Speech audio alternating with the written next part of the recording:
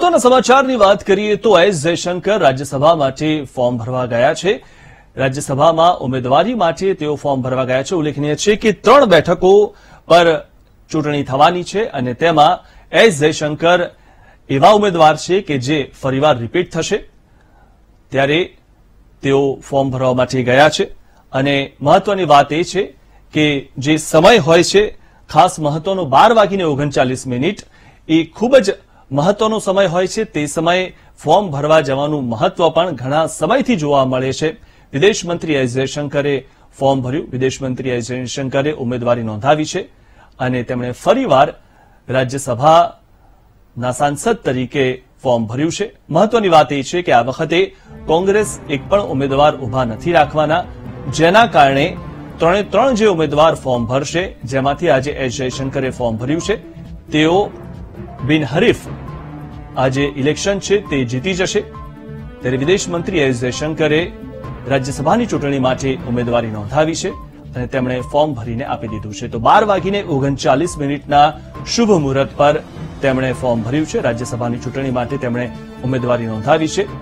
3 બેઠકો પર ઇલેક્શન થવાનું છે, ત્યારે મહત્વની વાત એ છે કે 3 જે બેઠકો છે તે ભાજપના ફાળે આવી શકે છે, કારણ કે કોંગ્રેસ આ વખતે એક પણ ઉમેદવાર ઉભો નથી રાખવાના।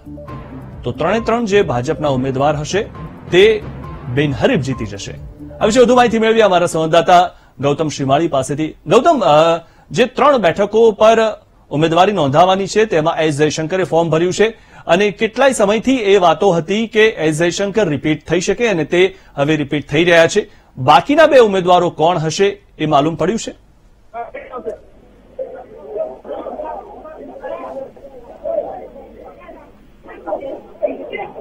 જી ગૌતમ,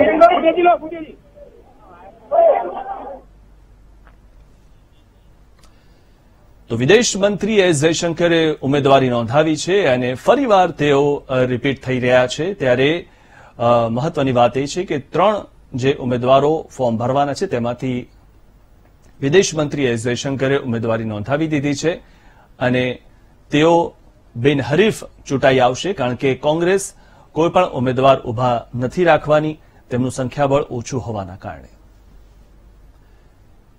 તો હમણાં મીડિયાને તેઓ સંબોધિત કરી રહ્યા છે। વિદેશ મંત્રી એસ જયશંકરે ઉમેદવારી નોંધાવી દીધી છે।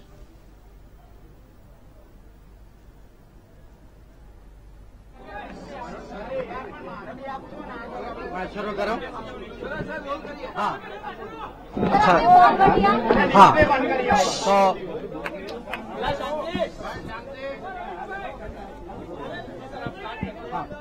तो जैसे आप सब लोगों ने देखा,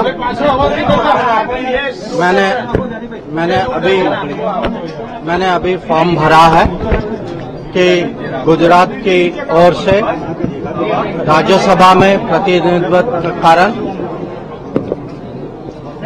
मैं फिर से भाजपा का उम्मीदवार बना हूं और मैं सबसे पहले तो अपना आभार प्रकट करना चाहूंगा प्रधानमंत्री जी को और भाजपा के नेतृत्व को और गुजरात की जनता को और गुजरात की विधायकों की उनकी आशीर्वाद से मुझे एक बार और राज्यसभा में गुजरात के प्रतिनिधि बनने का एक अवसर और मिलेगा।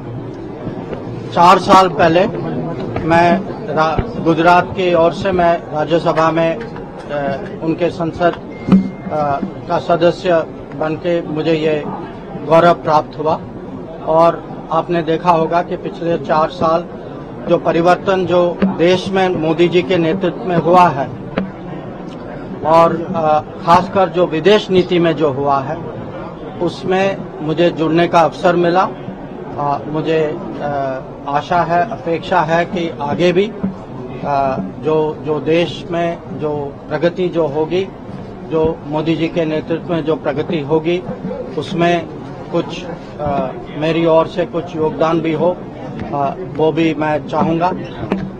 और गुजरात के साथ जुड़ने का तो मेरा सौभाग्य है। मैं यह भी कहूँगा कि मैंने पिछले 4 साल में बहुत कुछ सीखा है गुजरात से, और गुजरात को एक किस्म से हम मॉडल स्टेट मानते हैं। बाकी जो योजनाएं जो हुई हैं, जो प्रगति जो हुई है, जो प्रोजेक्ट्स जो हुए हैं, ये खाली भारत में नहीं अंतर्राष्ट्रीय स्तर में भी इसकी आजकल पहचान है।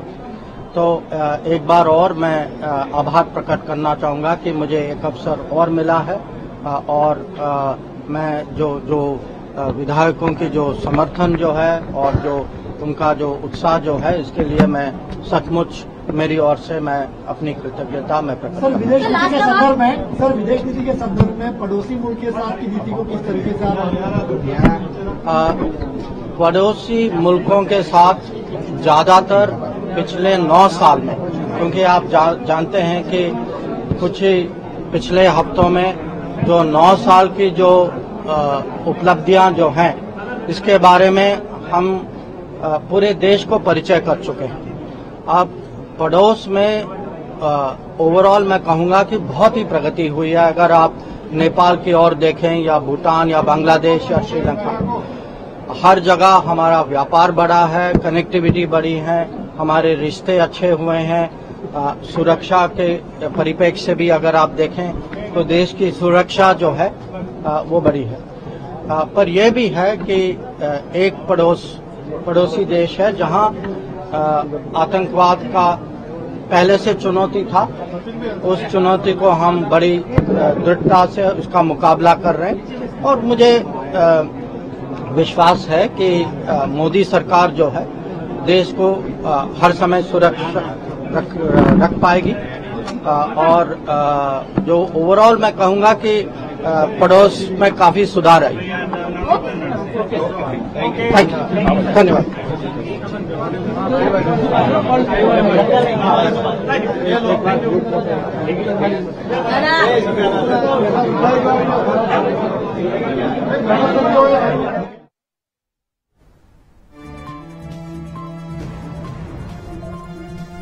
વિદેશ મંત્રી એસ જયશંકરે ઉમેદવારી પત્ર ભર્યું અને મહત્વની વાત એ છે કે તેમણે મીડિયાને કહ્યું તેમણે ગુજરાતનો આભાર માન્યો છે અને છેલ્લા જે વર્ષોમાં જે રીતે ભારતે પ્રગતિ કરી છે વિદેશ નીતિની રીતે તેમાં પણ તેમણે પ્રધાનમંત્રીનો આભાર માન્યો હતો।